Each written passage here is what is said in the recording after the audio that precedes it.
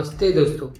पहलगाम की bison valley, जिसे भारत का मिनी स्विट्जरलैंड के नाम से जाना जाता है, इस टूरिस्ट स्पॉट पर एक टेररिस्ट अटैक हुआ। इतना भयानक कि यह हमारे देश को झकझोर कर रख दिया है। जो जानकारी हमें मिली है उसके अनुसार इस टेररिस्ट अटैक में कम से कम 26 लोगों की जान जा चुकी है। इन 26 लोगों की मौत हुई है, वे सभी लोग मेल्स थे। इस हाई एल्टीट्यूड वाली जगह पर सिर्फ 2 तरीकों से पहुंचा जा सकता है, पैदल या खच्चर से। इसीलिए रेस्क्यू ऑपरेशन के लिए हेलीकॉप्टर का यूज किया गया, जबकि लोगों ने इंजर्ड लोगों को वापस लाने के लिए खच्चर का इस्तेमाल किया। कम से कम 12 टूरिस्ट को पहलगाम अस्पताल में भर्ती कराया गया। डॉक्टर ने बताया कि अब सभी 12 लोग स्टेबल कंडीशन में है। लेकिन इस टेररिस्ट अटैक का खास बात यह है कि लोगों को उनके धर्म के आधार पर टारगेट किया गया। लोगों से उनका धर्म पूछकर उन्हें मारा गया। यहाँ तक कि मेल्स को उनकी फैमिली मेंबर के सामने उनका पेंट उतरवा कर देखा गया कि वे मुस्लिम है या नहीं। अब मुस्लिम नहीं होने पर उन्हें मार दिया गया। एक विक्टिम मुसलमान थे, सैयद आदिल हुसैन साहब, और खच्चर चलाने का काम करते थे। इसके अलावा एक विक्टिम क्रिश्चियन थे और बाकी 24 विक्टिम सभी हिंदू थे। वे अलग अलग जगहों से आए टूरिस्ट थे, जैसे कि 35 साल के नीरज उदवानी जो जयपुर से थे। वे यूएई में काम करते थे और वो छुट्टी पर घर आए हुए थे।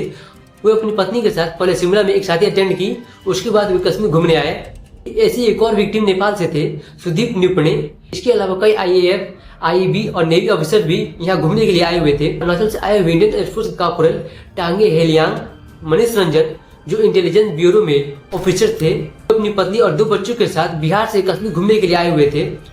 26 साल के इंडियन नेवी के लेफ्टिनेंट विनय नारवाल हरियाणा से थे।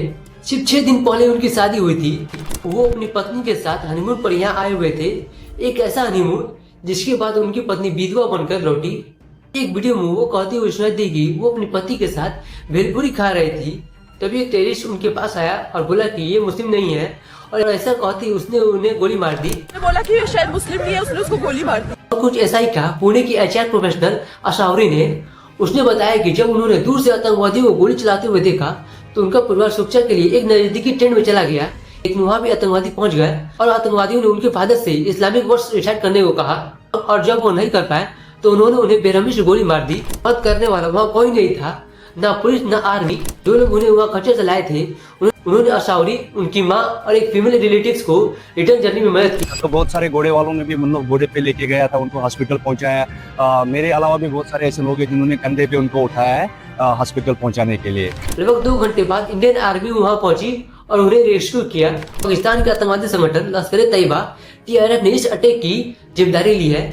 टीआरएफ का मतलब होता है द रेजिस्टेंट फ्रंट। 2 साल पहले जब टीआरएफ ने कश्मीरी पत्रकारों को धमकी दी थी, तब गृह मंत्रालय ने इसे यूएपीए के तहत एक आतंकवादी संगठन घोषित किया था। इस आतंकवादी समूह के एक सदस्य शेख सजाद गुल को भी यूएपीए की 4थी सूची में भी आतंकवादी ग्रुप में घोषित किया गया था।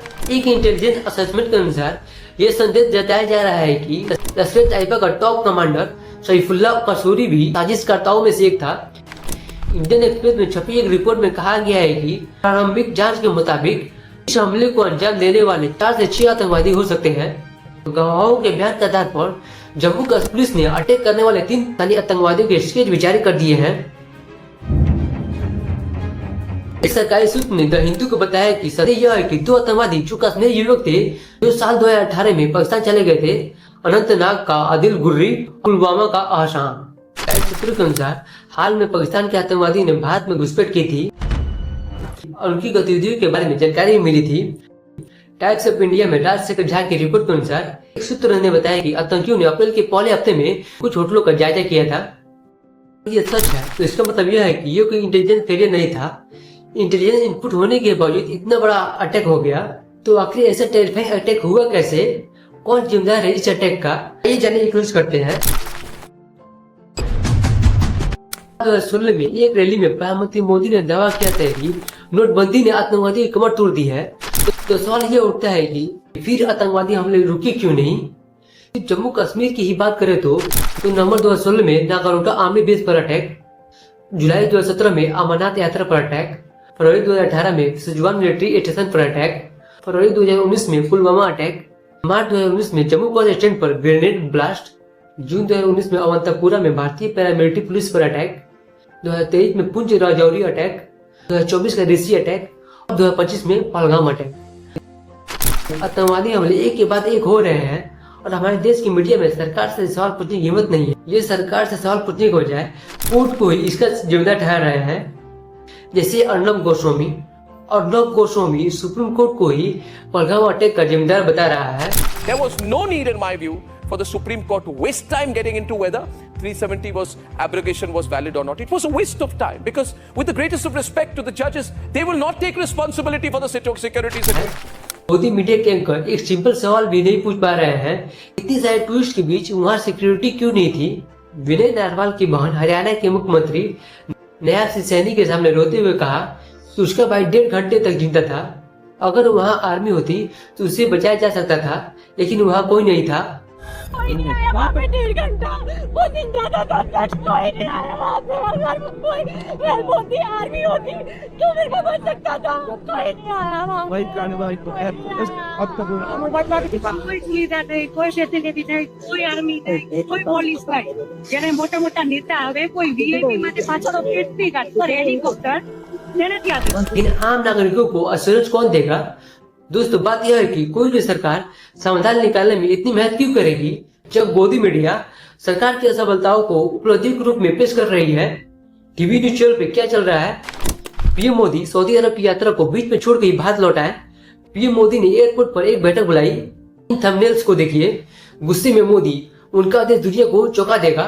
सेना को दे दिया फ्री हैंड, काउंटर एक्शन शुरू। सीधे तो एक बात क्लियर हो जाता है कि ये मोदी मीडिया बिक चुकी है। ना तो इन्हें और ना ही सरकार को कोई परवाह है आम लोगों की। इन्हें तो बस परवाह है अपनी पोस्ट की।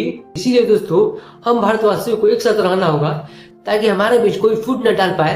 इसी के साथ इस वीडियो को यहीं पर समाप्त करते हैं और मिलते हैं किसी दूसरे वीडियो में। जय हिंद।